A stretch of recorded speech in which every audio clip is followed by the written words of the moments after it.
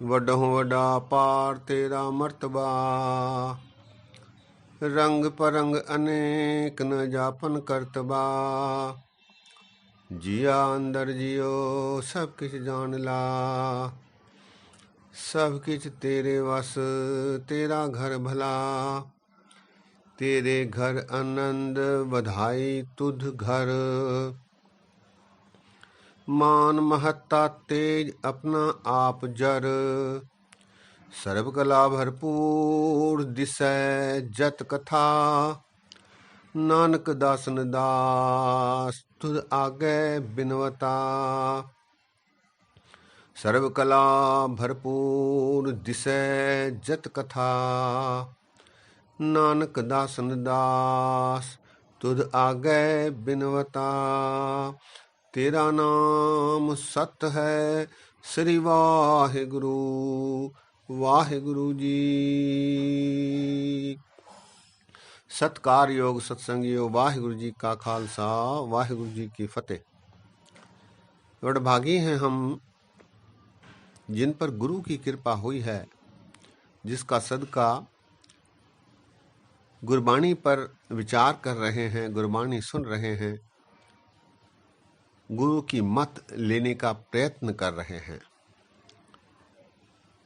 ऐसी कृपा वडभागियों को ही प्राप्त होती है।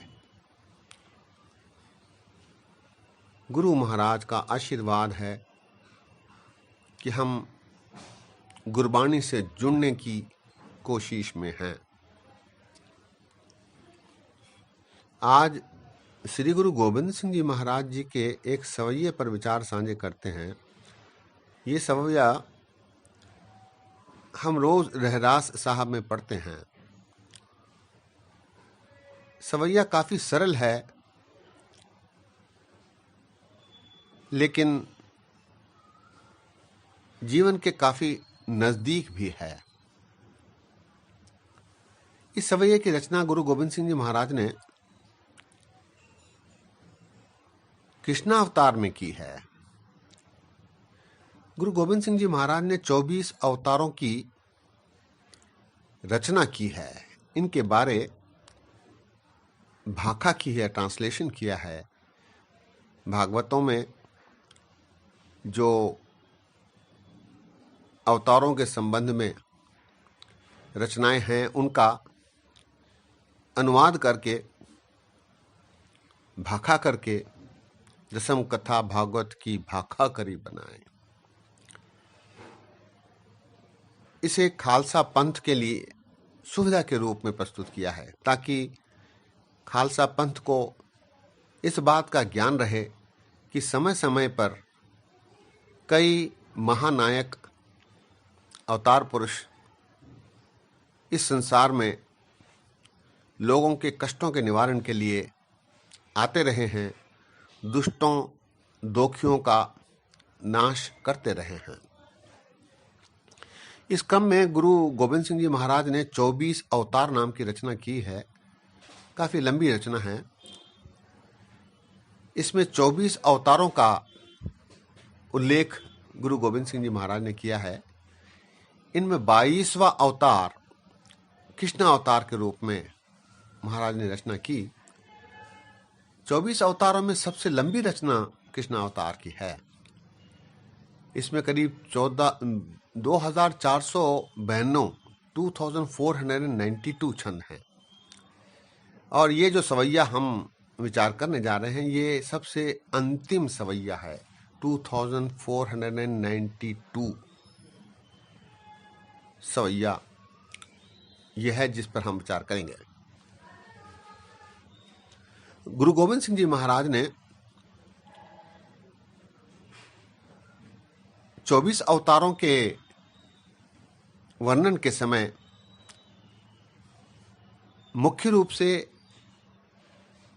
इन अवतारों द्वारा किए गए युद्धों, दुष्टों का अंत, दोखियों का अंत, इनको प्रमुखता दी है। इसीलिए बहुत सारे विद्वान मानते हैं कि गुरु गोविंद सिंह जी की वाणी में वीर रस का प्राधान्य है। महाराज ने इम्पोर्टेंस दिया है वीर रस को। ये समय की आवश्यकता थी। समय की आवश्यकता को भांपते हुए महाराज ने निरीह निराश हो चुकी जनता में उत्साह भरने के लिए उन्हें फिर से अन्याय के खिलाफ लड़ने, खड़े होने, बोलने का साहस दिलाने के लिए ये रचनाएं की हैं और इनमें वीर रस को प्रधानता दी है। आइए इस सवैये पर संक्षिप्त रूप से विचार साझे करते हैं। सवैया है, धन जियो तह को जग में, मुखते हरि चित्त में युद्ध विचारे। देह अनित न नित रहे, जस नाव चढ़े भव सागर तारे। धीरज धाम बनाए एह तन, बुद्धि सो दीपक ज्यों उजियारे। ज्ञान है कि बढ़नी मनहु हाथ ले, कातरता कुतवार बुहारे। ज्ञान है कि बढ़नी मनहु हाथ ले, कातरता कुतवार बुहारे। महाराज जी वचन कर रहे हैं, धन जियो तह को जग में। इस संसार में वही मनुष्य, वही प्राणी धन्य है, सफल है, जो सदैव ईश्वर का नाम जपता रहता है, ईश्वर का स्मरण करता रहता है, ईश्वर की प्रशंसा करता रहता है। उसे मन में हमेशा बसाए रहता है, क्रियाकलापों के करते हुए भी ईश्वर को विसरता नहीं और चित्त में युद्ध विचारे। इसके हृदय में यह लालसा बनी रहती है कि वो अन्याय को सहन न करे, बर्दाश्त न करे, अन्याय के खिलाफ सदैव विरोध करने के लिए तत्पर रहे, ताकि सामाजिक समरसता बनाई रखी जा सके। यहां गुरु गोविंद सिंह जी महाराज ने युद्ध शब्द का प्रयोग किया है। युद्ध से महाराज का तात्पर्य उत्साह है, वीरता है। मनुष्य अन्याय के खिलाफ चुप न रहे, उसका डटकर विरोध करे। इसके लिए युद्ध की लालसा, उत्साह की लालसा, वीरता की लालसा मन में रहना स्वाभाविक है। महाराज इसीलिए वचन कर रहे हैं, धन जियो तह को जग में, मुख ते हरि चित्त में युद्ध विचारे। समय की आवश्यकता थी कि प्राणी को, मनुष्य को अन्याय के खिलाफ बोलने का साहस मन में पैदा करना था। इसी को दृष्टिगत रखते हुए महाराज ने ये सवैया कदाचित रचा है। धन जियो तह को जग में, मुख ते हरि चित्त में युद्ध विचारे। अगली पंक्ति में महाराज वचन कर रहे हैं, देह अनित न नित रहै, जस नाव चढ़ै भव सागर तारै। यहां मनुष्य को त्याग के लिए प्रेरित करते हुए गुरु महाराज जी कह रहे हैं, इस देही के प्रति साधना करना अनावश्यक है। देह सदैव साथ रहने वाली नहीं, इसीलिए इसकी चिंता सदैव करना उचित नहीं। देह अनित न नित रहै, इसके प्रति अत्यधिक चाव रखना ठीक नहीं। ऐसी सलाह देते हुए महाराज कहते हैं, जस नाव चढ़े भव सागर तारे। नाम रूपी बेड़ी में, नाम रूपी जहाज में चढ़कर, ईश्वर के नाम रूपी बेड़ी में, जहाज में चढ़कर इस भवसागर को पार करना है। भवसागर अर्थात ये जीवन। देह अनित न नित रहै, जस नाव चढ़ै। जस नाव अर्थात नाम का यशोगान। भव सागर तारे। ऐसा करने के लिए मनुष्य कैसा बने? अगली पंक्ति में महाराज कहते हैं, धीरज धाम बनाए एह तन, बुद्धि सो दीपक ज्यों उजियारे।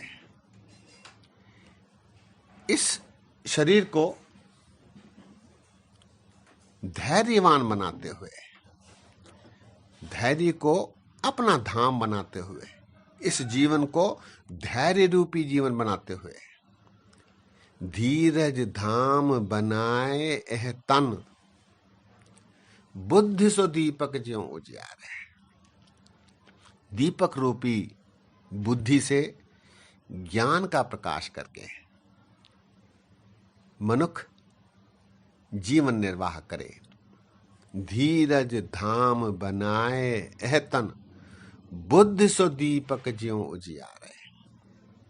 ज्ञान का प्रकाश करके, बुद्धि से, बुद्धि का प्रयोग करके, दीपक के रूप में प्रयोग करके अज्ञान के अंधेरों को दूर कर ज्ञान का प्रकाश करना। धीरज धाम बनाए एह तन, बुद्धि सो दीपक ज्यों उजियारे। अंतिम पंक्ति में, ज्ञान है कि बढ़नी मन हो हाथ ले, कातरता कुतवार बुहारे। ज्ञान है कि बढ़नी, बढ़नी कहते हैं मशाल को। ज्ञान रूपी मशाल से अपना मार्ग प्रशस्त करते हुए अंधेरे में, ज्ञान है कि बढ़नी मनो हाथ ले। मन रूपी हाथ में, मन में ज्ञान का प्रकाश करके, मशाल रूपी ज्ञान से प्रकाश करके, ज्ञान है कि बढ़नी मनो हाथ ले। कार्य कौन सा करे? कातरता कुतवार बुहारे। कायरता जो है उसको, कायरता रूपी कूड़े कचरे को झाड़ कर निकाल दे, साफ कर दे। ज्ञान है कि बढ़नी मनो हाथ ले, कातरता, कायरता, कुतवार बुहार। कुतवार कहते हैं कूड़े करकट को, बुहारे झाड़ना, निकाल देना। ज्ञान है कि बढ़नी मनो हाथ ले, कातरता कुतवार बुहारे। तब मनुष्य खालस ताह निखालस जाने बन जाता है। सवैया एक बार फिर, धन जियो तह को जग में, मुख ते हरि चित्त में युद्ध विचारे।